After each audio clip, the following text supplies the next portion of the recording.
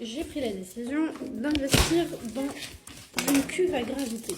Une cuve à gravité, c'est pas compliqué, ça fait le même effet qu'un filtre à charbon actif qu'on met sous l'évier, sauf que quand on n'est pas propriétaire, ça permet quand même de pouvoir filtrer l'eau un maximum pour avoir de l'eau de qualité. On peut aussi l'utiliser pour filtrer l'eau de pluie, l'eau des lacs, etc. L'important, c'est de toujours vérifier que les filtres sont certifiés et que la cuve est bien certifiée, ce qui est le cas de cette marque.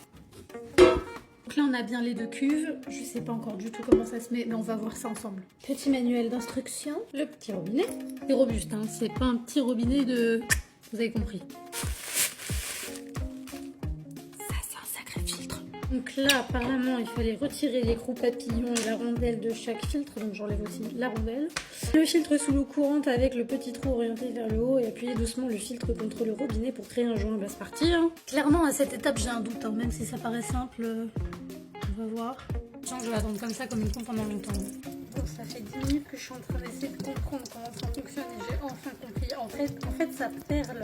Parce que depuis tout à l'heure, je me demandais comment est-ce qu'on savait que le filtre était amorcé. Et du coup, en fait, ça perle sur les côtés. Et ça monte comme ça. Et là, du coup, le filtre, il est amorcé. Maintenant, c'est l'étape 3. Il faut mettre le robinet. Attention, si c'est aussi bien expliqué que le reste, je vais galérer. Il paraît qu'il faut tester les fuites. Alors allons-y. Alors est-ce que ça fuit? Ça fuit pas. Cette étape était plutôt simple.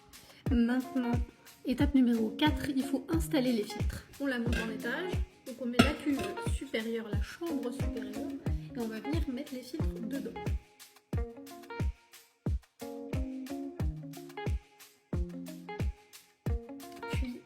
On fait pareil avec la deuxième du coup.